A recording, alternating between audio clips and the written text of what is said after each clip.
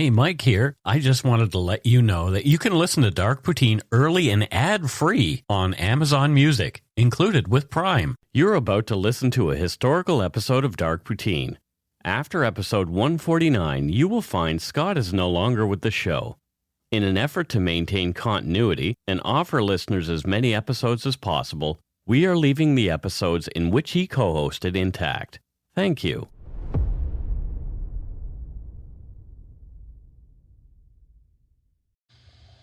This is War Baby from Murderous Minors Killer Kids podcast, and you're listening to Dark Poutine, a podcast about Canada's creepier side, with hosts Mike and Scott. Thanks to War Baby from the Murderous Minors Killer Kids podcast for that intro. Check her podcast out. It's worth it. Links will be in the show notes. I'm Mike Brown, creator and host of Dark Poutine. With me, as usual, is my good friend, co-host, sound engineer, and surprisingly wearing pants today, Scott Hemingway. Say hello, Scott. Well, hi, Mike. And maybe it's just paint. Get painted on pants. Ooh, those are some tight pants you've got. Look closer. No. So, shout-outs. Holy crap. I don't know where to start. Our last episode was a very, very difficult one for me, and the love that I have gotten has been awesome. I really, really appreciate it. Some people sent me emails, people have sent me messages on Facebook, on and on and on, and nobody has been a creep or inappropriate in any way, and I am so, so grateful to all the kind words. It was really, really moving. Yeah, it was moving just reading them as a third person, because knowing you, having known you for a long time and knowing you well, I know how difficult it was for you to be vulnerable. Yep. And I know, I know how feedback can impact you positively, and so it was a beautiful thing to read all the support you got, because I knew it was having an impact on you. Yeah, for sure. So thank you. And people have left us, lots of great reviews, and people are subscribing, et cetera, et cetera, et cetera. Thank you so much. I don't know. I feel like I need to do something for people and repay them. I guess we'll just keep doing this podcast. Yeah. We'll do some more episodes of this. What more do they need from us, though, Mike? I am working on some swag. I want to get us some stickers and maybe some hats and T-shirts and stuff like that. I'm thinking life-size body pillows. For the female listeners of the and male, so they don't but both of us, Mike. No, I don't want to participate in that. No, and they just so that after being terrified through the podcast, they can hug it. They can us, Mike, hug us for comfort. I knew you were sick.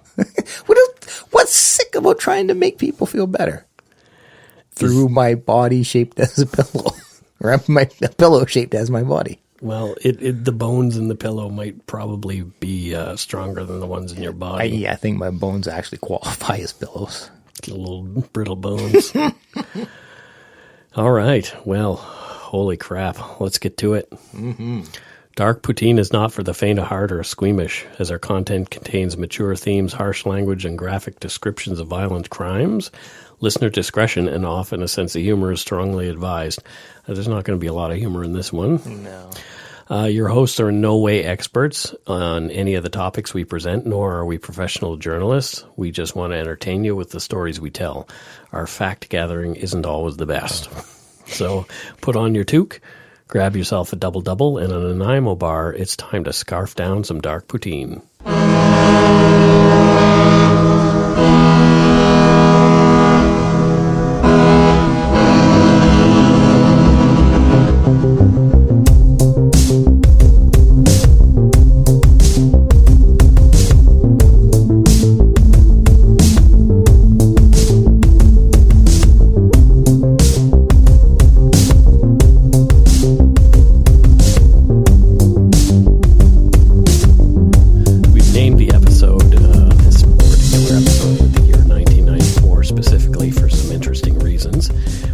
Sure that no one comes here by accident looking for more information about other crimes or events.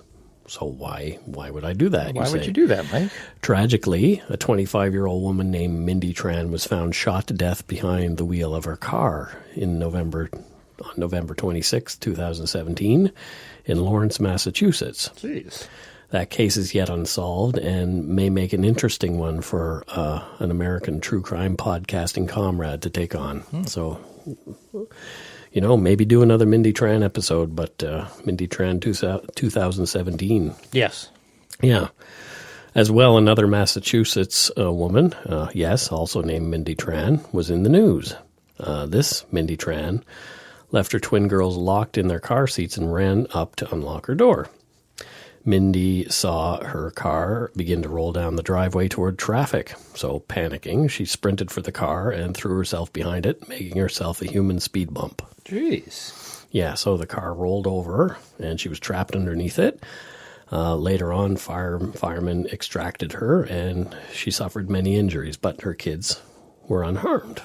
Geez, so what I'm gathering from this podcast so far is that if your name is Mindy Tran and you live in Massachusetts, Yep. Get the fuck out. Yeah, that's probably a good idea. So there you go. Don't be named Mindy Tran in Massachusetts. Anyway, so though both those are interesting and horrifying And sad. events and sad because one woman actually died. Yeah, well, the other one trying to save her kids. Yeah. They take place outside of Canada. As far as we're aware, they don't involve Canadians in some way. So these stories do not qualify. I can't say the word qualify today. It's a tough word, Mike. It is. It's actually not very tough. It could be the cough medicine. Or it could be your ability to speak. It's that. Yes. It's alcohol-free cough medicine for everybody who cares about that out there in regard to me. Then why the hell have I been chugging it? I don't know. It's for kids. Anyway, so they don't qualify as dark poutine, so we're not going to talk about them. In this episode, we're talking about something a little more somber. We're covering the murder of 8-year-old Mindy Tran in Kelowna, British Columbia, on or about August 17, 1994. Although Mindy's murder is considered solved by police, the person authorities believe is responsible is not in jail.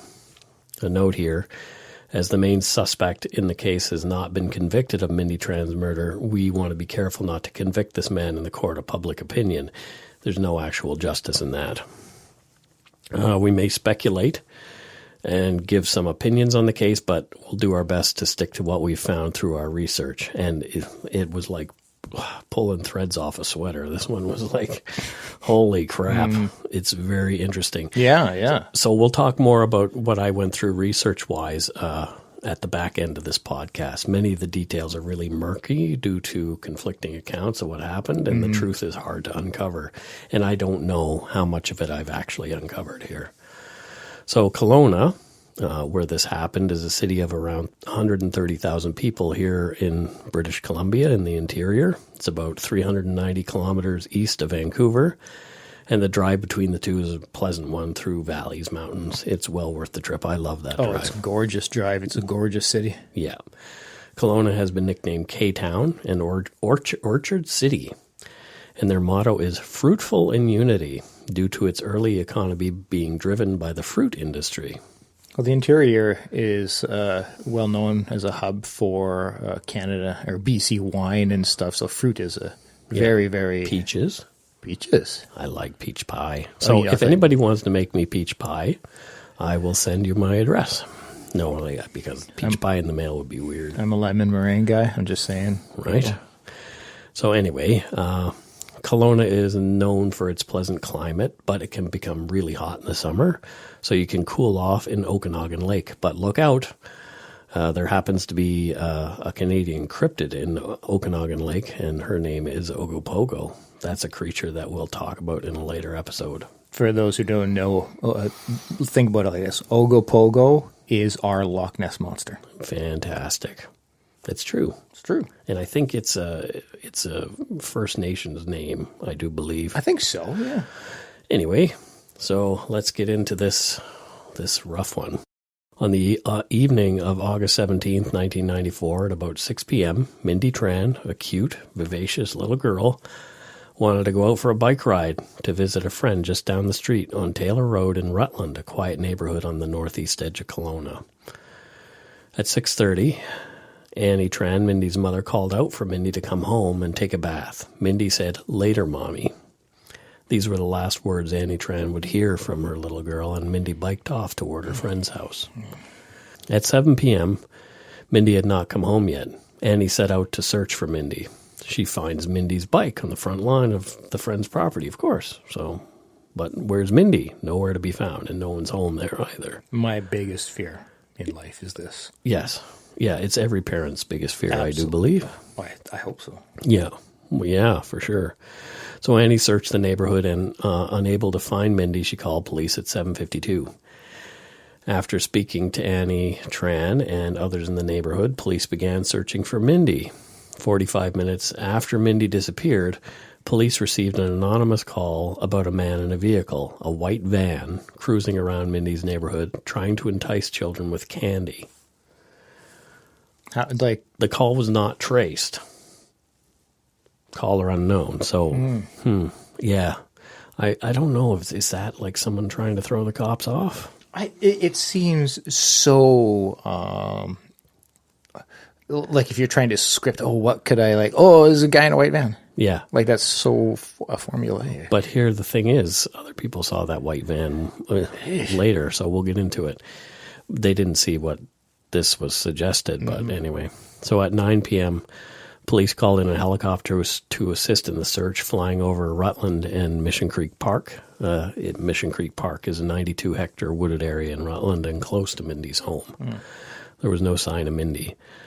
Word went out to the local media, radio and TV, about the missing girl and missing 8-year-old, and makes big news in pretty much any community. The time of Mindy's disappearance was based on the statements of witnesses who had seen Mindy riding her bike up and down Taylor Road around 6:45.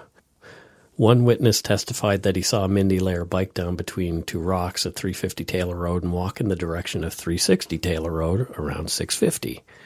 The witnesses went into their house for a moment, and when they came out, Mindy was no longer there. A man named Shannon Murren had rented the house at 360A. Actually, he was boarding with people known as the Mugfords, and that's where Mindy had been headed. So Brymer and Stephanie Mugford had an 8-year-old daughter, Charmaine. Charmaine and Mindy were best friends and often played together at both girls' homes. So, of course, Mindy's just going to go see her buddy. But the Mugfords had gone out around 6 p.m. and Shannon Murren was left sleeping. Shannon Murren, a drifter with a criminal background and significant jail time already behind him, was first interviewed by RCMP at 1:40 a.m. on August 18th, 1994. In his interview, Shannon gave Constable Severson an account of his whereabouts on the evening of August 17. He said he woke up from a nap between 6 and 7 p.m., had a beer, walked up to McDonald's because a friend had told him to look for his stolen bike there. Then Shannon went to see his friend Bob Holmes at his place. He told Severson that a few people had been there and they all saw him. When he and Bob became aware that Mindy was missing, Murren claimed they went out searching for Mindy on Bob's motorcycle. Shannon suggested that Severson talk to all people he'd been in contact that night at Bob's place, and he said he wouldn't talk to them again until they'd been interviewed by RCMP. It is unknown whether Shannon kept that promise or not. The others were not interviewed until August 19th, a day and a half later. So a lot of time elapsed between when they actually had a conversation with those folks. Shannon also gave details of his own criminal record to Corporal Severson in his interview. So he'd been in Dorchester Penitentiary in New Brunswick for a while, which, if you're a straight-up kind of guy, you don't end up there. That is not a nice place. After the RCMP interviewed Murren's friends, even though they didn't like him, their focus shifted to the search for the white van that people had seen driving slowly through the area. At daybreak on the morning of August 18th, a number of volunteers gathered in the Rutland neighborhood and began to search a broader area on foot and in cars. Searchers looked for Mindy scouring the brush in Mission Creek Park. They searched backyards in Rutland. They spread out to areas such as Big White Road, East Kelowna, and even Kelowna Airport. And my voice will crack every now and again in this one because I have had a cold. Boo-hoo. Oh, I thought it was puberty. It could have been that. All right. On August 19th, police received a report about a white man forcing an Asian girl into a brown pickup truck. So now that we have a white van and a brown pickup truck, so things are getting confusing. Yeah. As they were following up on that tip, there were now 140 searchers looking for Mindy in an area of 100 square kilometers. On August 20, the search now included 200 volunteers, 30 police, and RCMP dogs, and they'd covered over 250 square kilometers searching for the little girl. That's a lot of people. Yeah, absolutely. Yeah. Hard to keep organized. Yeah, well, on August 21st, it became very disorganized because there was now 400 non-police volunteers, and it became too unwieldy for the cops to manage effectively, and it was called off. So, I mean, I can understand the... it's a pro and a con. It's wonderful that there's 400 people searching, but I can't understand how it. Yeah, there's not enough cops to manage it. Yeah, you couldn't keep track of it. Yeah, so they called off the public part, but still 20 RCMP members and search and rescue personnel, and the helicopter continued to search late into the night. But on August 22nd, 1994, to the disappointment and horror of all invested in the effort, the search for Mindy was called off. Yeah, was that only 5 days? Yep. Mindy Tran had vanished. Like a lot of distance could be covered, and if she's been jammed into that brown truck that people had seen, or a white van, like they could cover a lot of ground in that amount of time, and so searching is kind of pointless. I guess so. Yeah. So, on August 24th, a reward fund of $25,000 was set up for Mindy's return. The reward was later increased to $35,000. On August 25th, police announced through the local media they were looking for the white van people had reported seeing in the neighborhood. Among the searchers who were unwilling to give up looking for Mindy Tran was 68-year-old Rex Fitzgerald. He was a civilian coordinator of the initial intensive search for Mindy Tran. Fitzgerald was a well-respected member of the search and rescue community and had assisted in over 500 searches, many successful, in his 46-year-long career. Wow. Yeah, that's quite a lot. Yep. He had trained some of the police involved in the search as well, so he trained them in techniques in search and rescue. So this is obviously a well-experienced and skilled individual. Yep, totally. He's a pro. Yeah. He couldn't let Mindy's disappearance rest. I can see that. When everyone else went home, Rex carried on by himself for months, sometimes with the help of friends. The police were busy chasing down leads, but still no sign of Mindy Tran. As Robin Warder, another Canadian podcaster, says, the trail went cold. Rex Fitzgerald, who knew police were still searching, had been known to use a divining or dowsing rod in his searches. A friend suggested he try it in this case, which he did. So it's kind of a weird thing, but... Yeah, I don't know how... Yeah, this guy claimed he got, feelings from the rod that would lead him...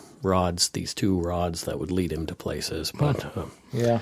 So, this gets weirder. On October 11th, 1994, Fitzgerald went to work searching for Mindy again. On the advice of a psychic woman who was talking to police, Fitzgerald was compelled to look in Mission Creek Park near Mindy Tran's home one more time. So the cops gave him some hair from Mindy's hairband. And, okay. Yep, because he wanted to use that against his divining rods for focus, he says. Okay. Yep, so he did that and immediately felt a pull into a wooded area in the park. He claimed it led him to the area where he found some red cloth. So he's got a buddy with him too, so it's not just he's not just there by himself. Yeah. Mindy had been wearing red. Fitzgerald noticed a foul odor in the area. Oh, no. Accompanied by his friend, he looked further. Sticking out of the ground was a shoe. matching the description for one of the shoes, Mindy Tran had been wearing on the evening of her disappearance. So Fitzgerald poked around a bit more with a stick and revealed a human leg in the shoe.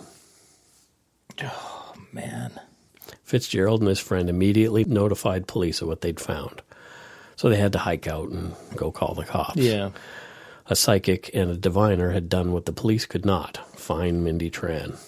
That's just like I don't even know what to make of that, because It's bizarre. It's bizarre. I'm not one to. I don't believe in psychics, and I do not believe in the power of a divining rod. Yep. But both of those things together seem to have pulled it off. So part of me has some initial skepticism of like, oh, how convenient that this guy. The killer? But in the same vein, it's like with his experience, Yep. I have to give some weight and credit.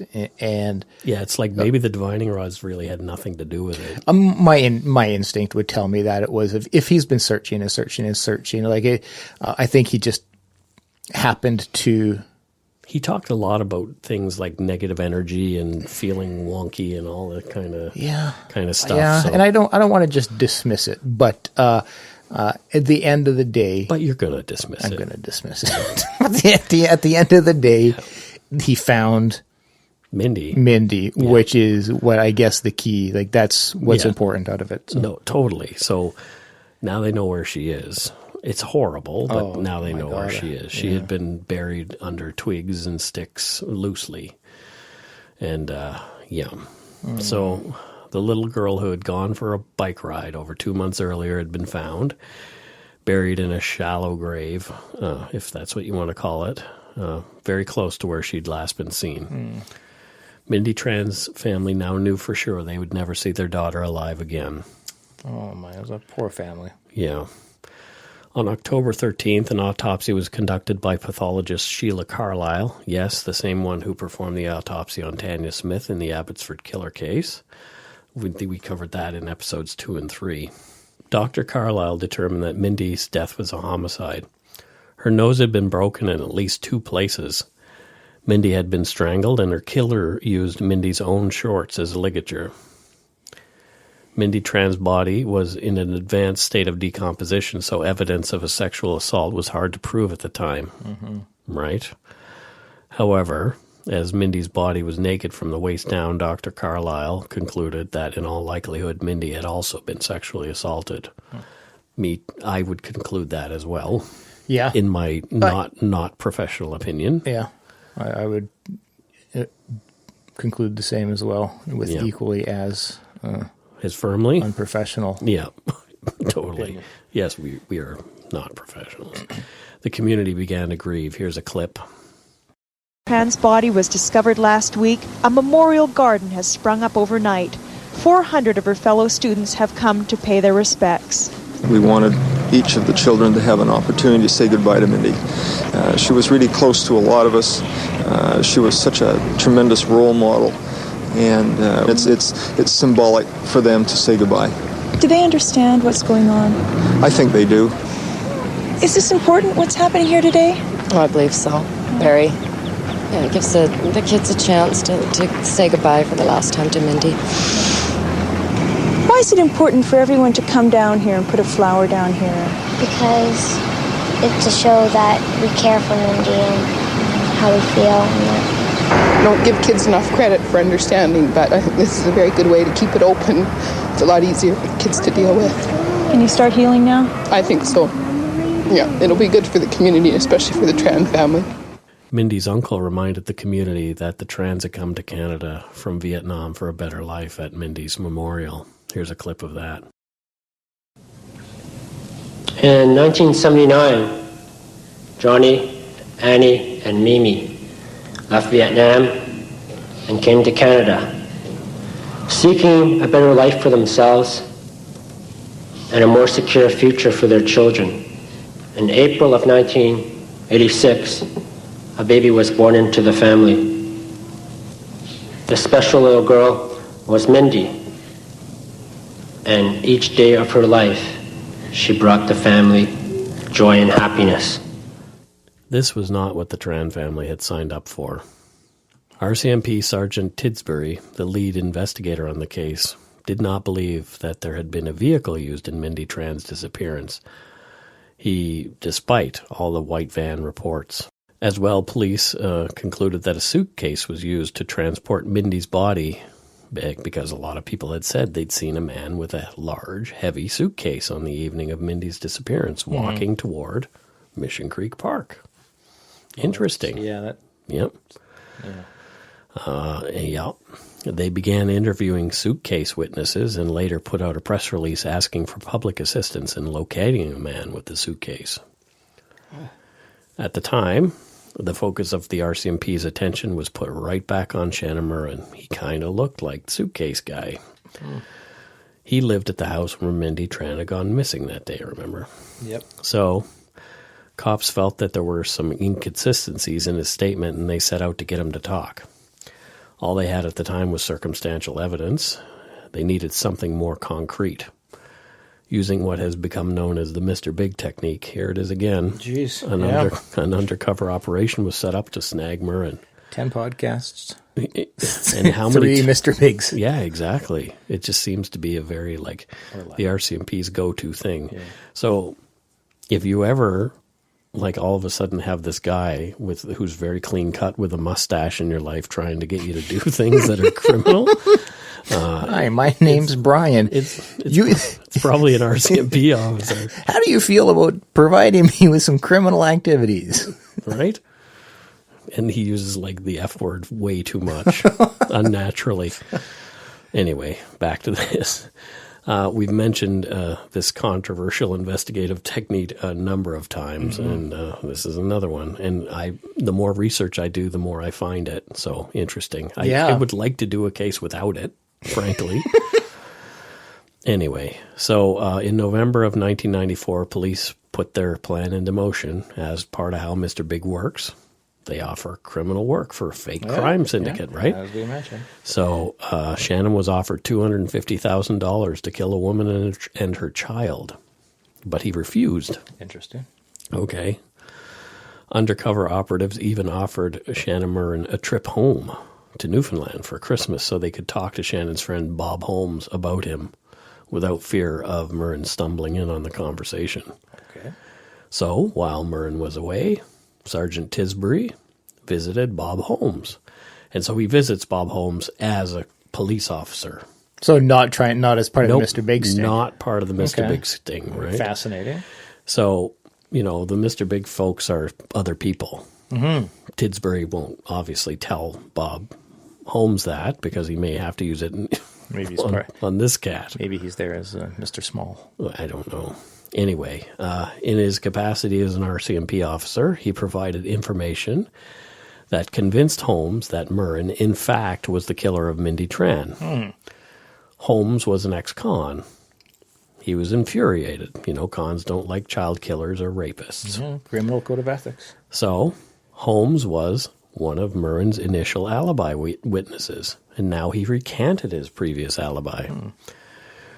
Murren had convinced Bob Holmes that the cops were out to get him and that he had no real alibi for the time when Mindy went missing. But he did not murder Mindy Tran, he told Bob Holmes.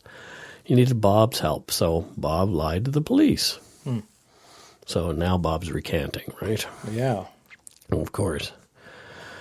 I would just as soon kill the bastard who did it myself, Holmes told Tisbury in a taped conversation. Couldn't agree with you more, Tisbury replied. That's an RCMP officer, by the way, folks. The officer is saying, I couldn't agree with you more. I couldn't agree with you more. In regards to murdering the bastard who did it. Yes. Okay. Yep. Now Holmes admitted he hadn't actually seen Shannon Murren until 9 p.m. on the evening of August 17th, giving Murren a full 2 hours to commit the murder of Mindy Tran, get rid of her body, and get to Holmes' place. Ample time. Wow. On August 5th, 1995, Murren's associates, these 3 guys, Holmes included, talked with Tisbury, and they wanted to get Murren to talk. They were intent on confronting him that night because they wanted to get this child killer off the streets, right? Help the cops. Yeah, well, good, but... Yep. Okay. So the 3 told Tisbury they intended to get a confession from Shannon Murren or convince him to take a polygraph test. So not the police. Not the police. These three creeps. Okay. If they found it necessary, they would even take Mr. Murren to the Mindy Tran's gravesite. Okay. Horrible. Yeah. Holmes said there was a possibility the police would find Murren tied to a tree at the location. Wow. Yeah. Okay. Very open. Other investigators who were privy to all this information asked Tidsbury what would happen if these people killed Murren. And Sergeant Tidsbury said they would not hurt him, although they might slap him around a bit. Oh, that's bizarre. Right? Other cops suggested that surveillance be arranged as they were not comfortable with the plan. Sergeant Tidsbury said he had told the men not to do anything stupid. Oh, well, that should do it. Yeah. There you go. Sergeant Killaley, another investigator, said, "You're not dealing with three rocket scientists here." She did not believe they had the ability to refrain from carrying things too far. Mm-hmm. Sergeant Killaley then spoke to her staff sergeant, but nothing was done to stop what was about to take place. Okay. So what happens next? The 911 calls start rolling in. At 9:44 p.m., there was a complaint of a fight in progress at 1170 Elwyn Road. This is where Shannon Murren was now residing with Bob Holmes. When uniformed police arrived, unaware of the details of the ongoing investigation, the subjects had already left the residence, but there was blood everywhere, so they're concerned for somebody right away. No kidding. Yep. At 9:53, there was a second complaint of a loud disturbance at Mission Creek Park. Oh, boy. What happened at Mission Creek Park? Well, that's where Mindy Tran's body was found. Yeah. Holmes and his two cronies had taken Mr. Murren to Mindy Tran's gravesite, where he was badly beaten after already having been seriously assaulted by the trio on the way there. Before he passed out from the beating, Murren made a verbal confession to the killing. If you're looking for a smoking gun, I can absolutely guarantee you will not find it. In October 2001, a series of letters filled with a deadly powder called anthrax were dropped into the U.S. mail system. What started as an unprecedented case turned into an unsettling mystery. Who sent these deadly letters, and why?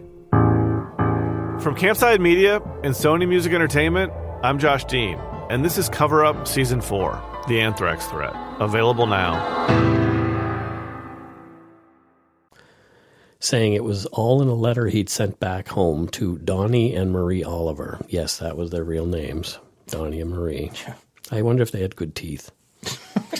Anyway, they were in Newfoundland, but, you know, this coerced confession, you don't beat the shit out of a guy and get a confession that will never make it in front of a jury, which it never did. As we've heard so much about with Guantanamo Bay and validity behind torture for... Yeah, you can get somebody to say anything by waterboarding them or something. In this case, they beat him with, I think, some heavy clubs or something like that. They really did a number on him. Apparently, he was almost beaten to death.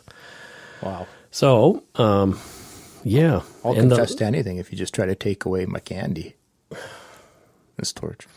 Anyway, so the letter that Murren claimed he'd sent back home to Donnie and Marie never materialized. Uniformed officers responded to the park and saw a significant amount of blood, so there's more blood there, and could hear screams coming from the wooded area of the park. You know, where Mindy's gravesite was. The uniformed cops got the situation under control as best they could, but hearing the racket on the radio and knowing it had to involve Murren, Tidsbury's partner, Corporal Webb, responded. And seeing their case was going sideways, the RCMP special investigator intervened by taking the unusual step of assuming responsibility for the assault complaints. So Webb told the uniformed officers to remove themselves from the area. The uniformed officers later testified that the scene was not secure prior to their leaving. Okay. Murren was taken to the hospital, and the three amigos, Holmes, Dunn, and McDonald, were taken to the RCMP detachment. I had to really pondered the word detachment earlier. Yeah, I witnessed that whole ponder. I didn't know what happened to me because I know that. Well, I was going to say RCMP club, or sorry, camp. It's not in the camp. Yeah, RCMP camp. I don't think they refer to their station as a. No, it's not a camp.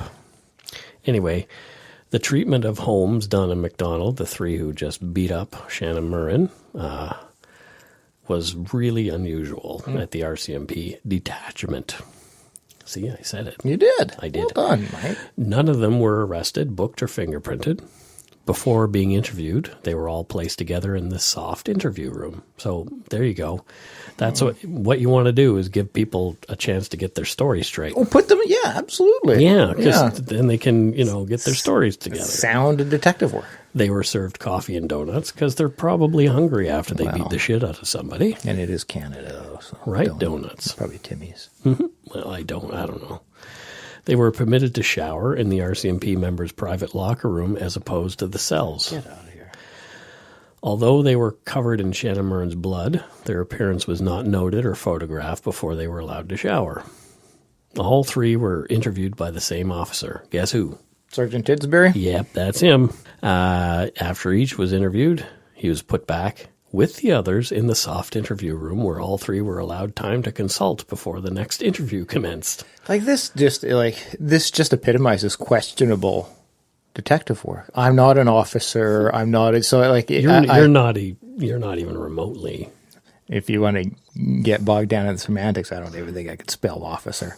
But my point being, this really epitomizes questionable detective work. Does it?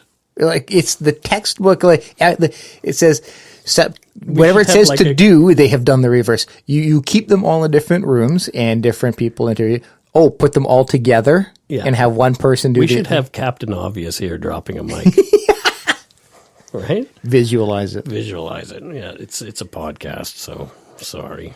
Well, maybe that's what will make the icon for this. I don't know. I'm a captain. Pong. No, that's the other awesome podcast, True Crime Garage. Oh. That's the captain. Oh, and Nick. They're great. In an effort to obtain DNA from Murren, the cops seized his bloody pants, his bloody jeans at the hospital. Okay, take the guy's pants. Mm-hmm. On January 17th, the day Shannon was released from the hospital.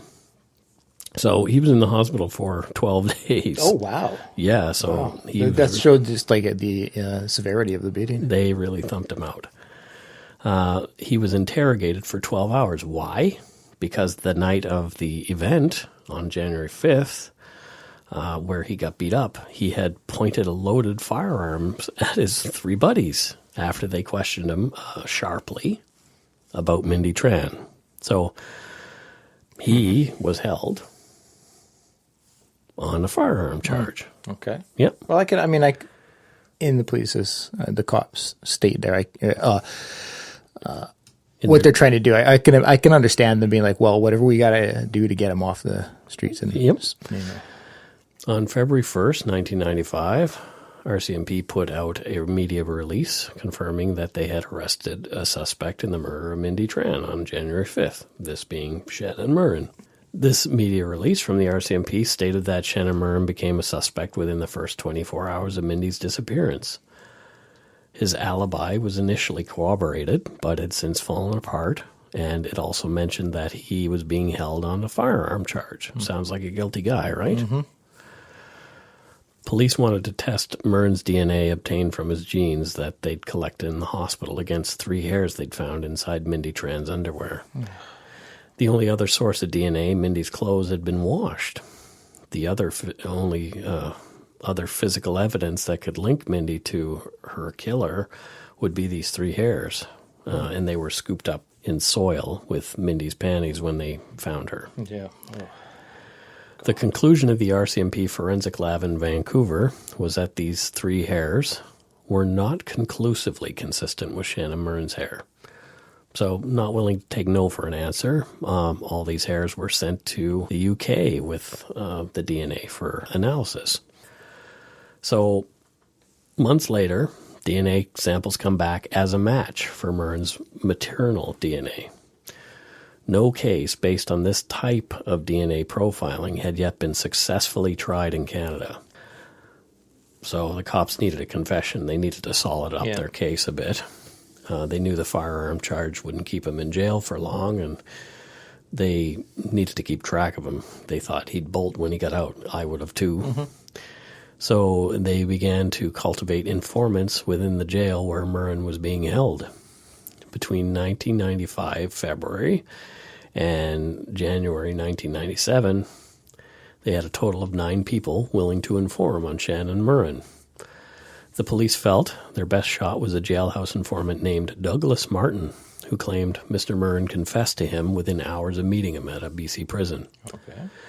Mr. Martin, who had more than 100 convictions on his record. 100. 100. Wow. So very honest guy. Yeah. Said that Murren divulged 2 key pieces of information that only the murderer and police knew at the time. That Mindy's body was found covered with twigs and dirt, not buried, and that her running shoe was discovered at the scene. Interestingly, both of these facts had been already reported in the media. So, okay, yeah. Okay. Not exclusive to criminal and not holdback evidence like we've talked before. Yeah. There was none of that, it seemed, in this case. Regardless, the Crown felt they had their man, and Shannon Murren was arrested in jail and charged with the murder of Mindy Tran on January 14th, 1997. So he had been in jail for a full 2 years at that point. Well, okay. From the gun charge. On the gun charge. Okay. Right? And, okay. Shannon Murren's jury was to be the first jury in Canada to be presented with mitochondrial DNA or mtDNA evidence. So on August 4th, 1999, almost 5 years after Mindy Tran was murdered, the trial of Shannon Murren began. More than 80 witnesses testified at the trial that lasted nearly 7 months. Oh, wow. Immediately, holes were poked in the DNA evidence, and doubts were raised over cross-contamination of samples, raising accusations of police tampering to bury Shannon Murren, guilty or not. A lack of evidence gathered at the scene also plagued the Crown. The scene itself was now tainted with the accused's own blood after his being beaten there. Mm-hmm. Many of the witnesses had criminal records, and the numerous stories they had told police threw the veracity of their testimony into question. Of course it did, because everybody told a different story at different times for different reasons. The jailhouse informants were a joke, and there were many favors given to these men after Tidsbury's intervention. Charges were stayed. Some got transfers to prisons of choice, shorter sentences, help with parole, relocation money, clothing and rent allowances, bills looked after, cash paid, and other special privileges. So some pretty significant rewards for testifying. Yeah. So. Tidsbury himself had Douglas Martin's car fixed and put him up in a motel. Good for you. Nice guy. Yeah. So the prosecution's case is in a shambles at this point. Yeah, it's embarrassing. But it gets worse. Oh. The police testimony about the night of Murren's beating in particular helped the defense more than the prosecution. So all the cops testifying essentially helped the defense. Yeah. Tidsbury specifically looked as though he was out to get Murren, whatever the cost. Yeah, I mean, it does. You do get that feeling hearing all these things. Yeah, well, here's how it went down in court. So Sergeant Tidsbury denied any prior knowledge of the beating administered by the 3 of Mr. Murren's former friends. But we already know, from what we've already heard, that RCMP officer Sergeant Kalali, mentioned earlier, would contradict him, which she did from the witness box. So the defense, Mr. Wilson, the attorney, went after Sergeant Tidsbury, saying the defense suggests that Mr. Tidsbury lied to you on the stand and that the defense suggests that he was caught out. So, yeah, he was totally caught in a lie. Absolutely. I don't think he was ever charged with perjury over that, but interesting. Also, Mr. Murren's attorney said, I say the evidence presented by the Crown is not only thin, it is worse. It's because it's been tampered with and it is unreliable. Yeah. Yikes. Well, you bring into question is the honesty of the main officer right in charge, that's just going to put everything. 2 words, Mark Furman. Right? Yeah, no kidding. Yeah. Yeah. Yeah. So, I don't know, maybe had the guy done it by the book, things might go a different way, but we can see what's going to happen here. So Tidsbury's links, interestingly, to other wrongful convictions. He's already been involved in 2 of those. And one was the case of David Milgaard. He was re-interviewing people in that case later on when Milgaard was appealing. And that's a pretty well-known case in Canada. Yeah, he got off of that slaying of a 20-year-old nursing student later, but it wasn't due to anything that Tidsbury did for him. So Tidsbury was poisoned to the prosecution's case, like he scuttled it pretty much. Yeah. On January 17th, 2000, the jury began deliberations in the case. On January 25th, 2000, the jury returned with a verdict that shook Kelowna, but didn't surprise me when I read through. Yeah, reading up to it, I'm sure you exactly. were. And I'm sure it won't surprise our listeners. Shannon Murren leapt up from his chair and clapped his hands when he heard the verdict in the murder trial of 8-year-old Mindy Tran. They said, not guilty. Shannon Murren was a free man. He said, and I'm going to use a Newfie accent because he was a Newfoundlander. No offense to Shannon Murren, I just like that accent. I knew today would come, he said outside the courthouse. I can't believe it. Well, I can believe it. I got 2 really good lawyers. That's an interesting... Right? So he said, I can't believe it. What can't you believe? You can't believe you get off? Yeah, and... Why would you say that? And not like because I'm innocent, but because I have 2 good lawyers. Right. Well, interesting. Okay. Interesting. When questioned by the press, the RCMP said they had no plans to reopen the investigation. They simply stated the appropriate person was charged. Murren said he was going back to Newfoundland, so I get to do the accent again. I'm going home to be with my family. I had a girlfriend there 5 years ago. I don't know if she's still there. We'll soon find out. As for the Trans, he says, these are Mindy's parents he's talking about. I just feel so very, very sorry for the Tran family, but there's nothing I can do for that, right? Nothing he can do for that, right? I don't know if he's just like callous or is he just an ineffective communicator? I don't know. Well, I don't know. He's probably angry that he's just gone through this. If he was an innocent guy, you'd be angry afterward, correct? Yeah, absolutely. But if you're not an innocent guy, you'd be callous. Yeah. And cocky. Yeah. So, I don't know. I don't live in this man's head, and I wasn't there. Yeah. Thankfully. Yeah. Shortly after Shannon Murren was acquitted in the death of Mindy Tran, police in Edmonton confirmed that Murren has not been eliminated as a suspect in the death of 6-year-old Corrine Punky Gustafson in 1992. Oh, wow. However, another man was later tried and convicted for that crime. Okay. Yeah. Murren did go back to Newfoundland. But someone else soon joined him there. This is where it gets interesting again. Her name was Kathy MacDonald. Just 2 weeks earlier, Kathy MacDonald was a member of the jury that had acquitted Shannon Murren. You gotta be shitting me. Nope. Wow. The 2 claimed they were in love. I don't know when they fell in love. Did they just Because it's only 2 weeks since the trial ended. Well, they were in trial for 7 months. But the jury isn't supposed to be talking to the defendant. Correct. Maybe. So either like that love came from just staring. Maybe making googly eyes at them. Wow, how suspect is that? That's kind of weird. It's weird. It's weird? I mean, it's weird. It's not weird? It's not weird.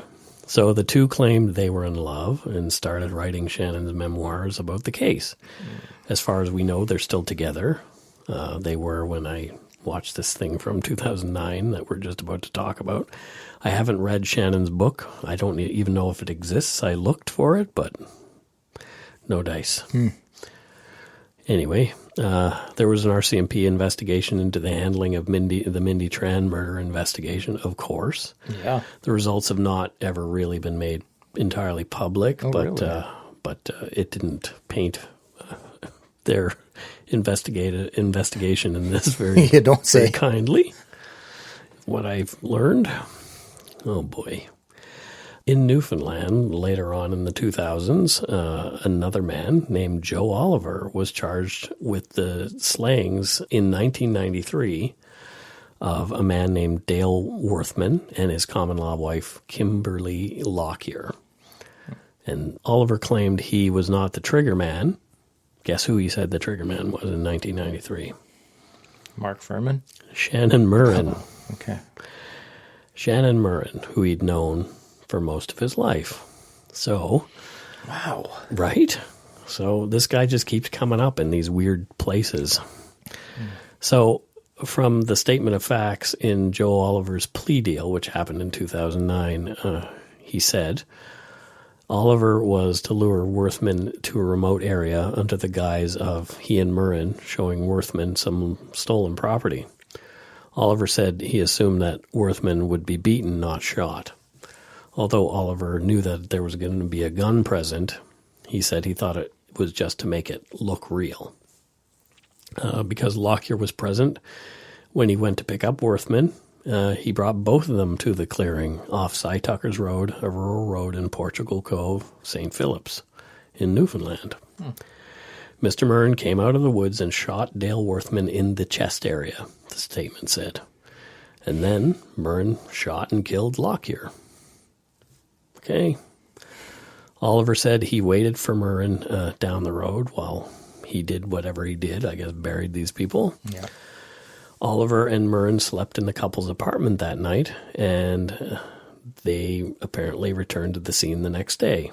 This is all from the statement. This is not, I'm not saying this actually happened. This is just what Oliver said happened.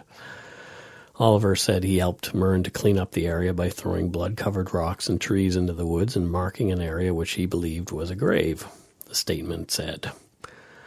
While Murren was not commenting publicly about this case, he has in the past denied any part in the shootings of Worthman and Lockyer. And I'm going to do the accent again. Oh, please do. I never harmed anybody in my life with a weapon, Murren told the CBC News in January 2007. The Crown says in the statement of facts that it cannot confirm Murren was involved in the shooting. While we accept Mr. Oliver's version that he was not the shooter and that another person was involved, it is entirely Mr. Oliver's uncorroborated word that the shooter was Mr. Murren, the statement says. Oliver went to prison for manslaughter, and no second person has ever been charged in the murders of Worthman and Lockyer. It's just all so crazy. Right? So, it's not over yet.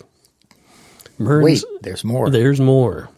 Murren sued the RCMP in 2009 for what he'd gone through with the Mindy Tran case, and the case was settled out of court later that year.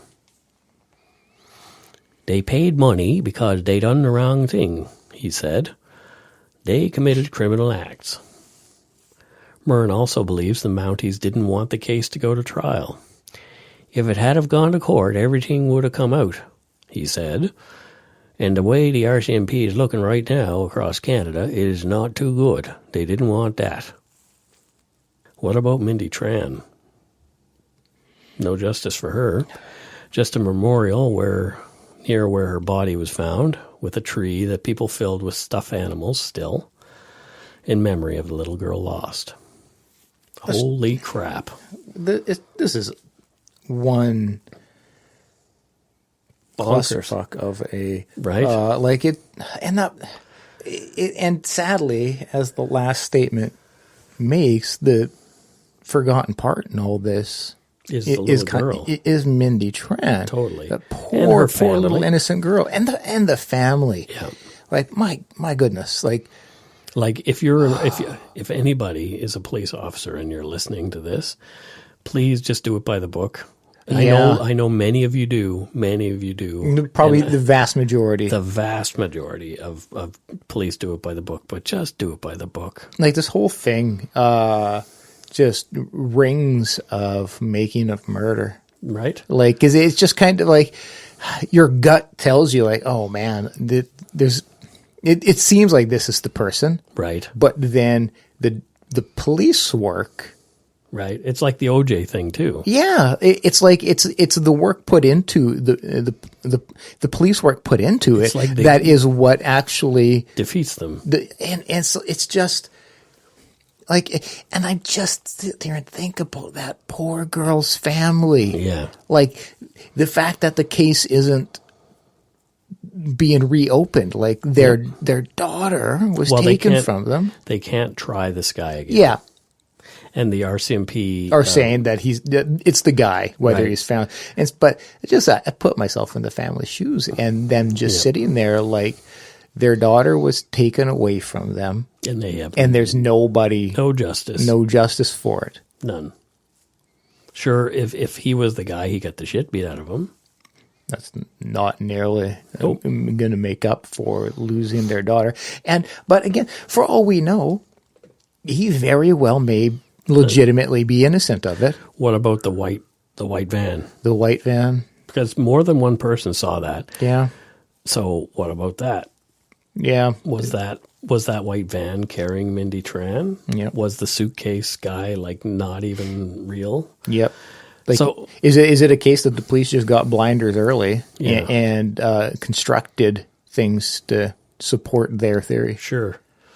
I mean, a lot of the reading I did reading on a couple of sites. One is mindytran.com.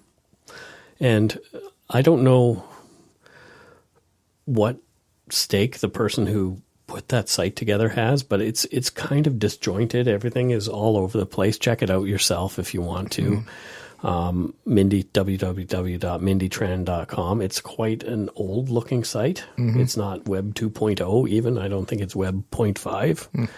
But it's very old looking, and I went through that site very carefully because I felt like I had to pick through what this person was saying, because there was clearly an agenda that they had. Yeah. And then there was another site, injusticebusters.org, I believe it's called. Okay. And there was counter evidence on that site which countering the Mindy Tran site? No, like countering what the police were saying.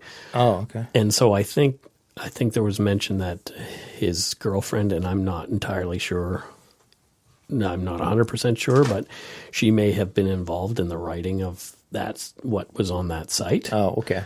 So, like I finding the truth in this case without having like actually gone and like done like a reconstruction and all this kind of crazy investigation myself, the evidence just like isn't there.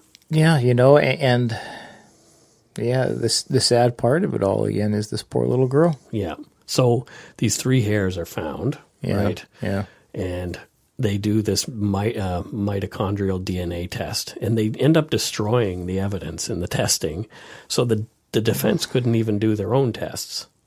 So like it was just one thing after the other, after the other, after the other, after the other. So, and it being the first time that type of DNA was brought before a Canadian jury is what made it so difficult for people to get their head around, especially if it's like a cop is lying and there's cross-contamination. I don't know how important that actually is because his DNA did match, right?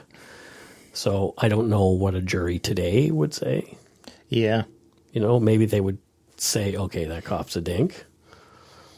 And maybe they would convict him today. I don't know. But even that, you have, like, again, the Furman. Okay, like you have to start questioning, okay, like was that planted? Yep. And that's the thing. That's once you bring that question, reasonable doubt. Yeah, then everything else starts to crumble. Yep. And this is where, this is where the justice system kind of breaks in a way. Yep. So we've seen it so many times. Yeah. Anyway, and then Robert Durst can go, cut up a body afterward and get away with that. So wow. Yeah. Just anyway. We're not going to do a podcast. Just go watch The Jinx. The Jinx is amazing. Yes. I love that show so much. Oh, yeah. And Mindhunter. You have to watch Mindhunter. I know I've talked to everybody. I'm always, whenever anybody mentions it on any of the true crime sites that I go to, I always say I've watched it 3 times through already. I'm so proud of myself. But it's so You're good. proud. I'm concerned. Yeah. I look like a miniature Edmund Kemper anyway, with my glasses and mustache. Is that something you want to publicly state? Well, my wife even says that. Well, and okay. Yeah. She's qualified. And she did buy me a hat that makes me look like Ed Gein for Christmas. So. Oh, my God. Anyway. If you guys don't hear from me after this podcast, just question it. Just step into the closet here, Scott. Question it. Yep. Does this rag smell like chloroform to you? Oh, I don't know. Thump. Anyway, so that's the case of... And let's not, we mentioned a bit about Mr. Biggs. Yeah. I feel like I've got to, bring... We could do, a whole... podcast based on Mr. Big cases in Canada. Because I want to completely trash it, but in the same vein, I don't, because they actually convict some people that way. The second case we covered with that. Yep. Again, questionable, but got genuine confessions out of it seems did. like. And so it did actually end up helping catch. But yeah, it's just it's a tactic that is so controversial and doesn't seem certain that is going to generate the results needed. Yeah. It's going to create more questions. Yeah, it feels like entrapment, really. It does. Yeah. Yeah, it does. And maybe one day we should just do a full assessment of the Mr. Big. Yeah. We should just subtitle all the Mr. Big cases. Or maybe I'll write a book on the Mr. Big stuff. Maybe I'll Mr. Big that. I don't even know what that. Yeah. So we've got a bit of a promo to play here, and it is Mike from the Murder Mile. Check out his podcast. He's a UK podcaster, and all the murders take place within this mile, so that's the Murder Mile. So it's interesting. So here's Mike.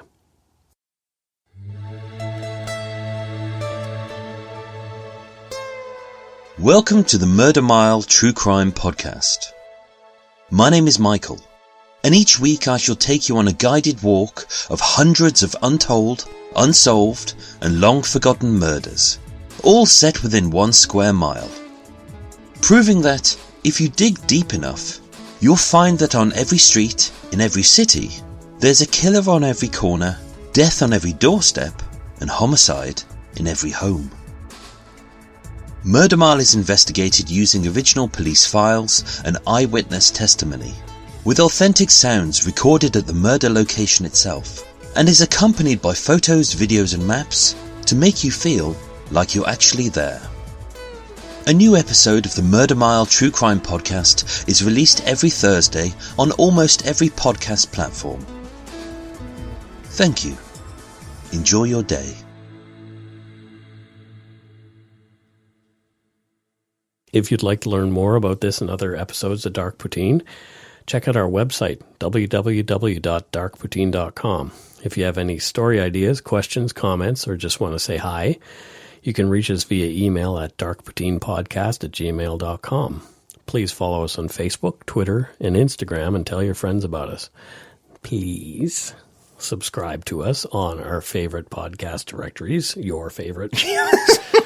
I need to fix that because I always say our. But we're not going to tell you what ours are, yeah. But you got to find them. Yeah, exactly. So if you're so inclined, it'd be awesome if you left a 5-star review and comments on iTunes. Every little bit helps. We're even on Spotify now, so that's kind of cool. Spotify. So don't forget to be a good egg and not a bad apple. Have a good night, folks. Thanks for letting us fill your ears with some dark poutine. Ear potatoes.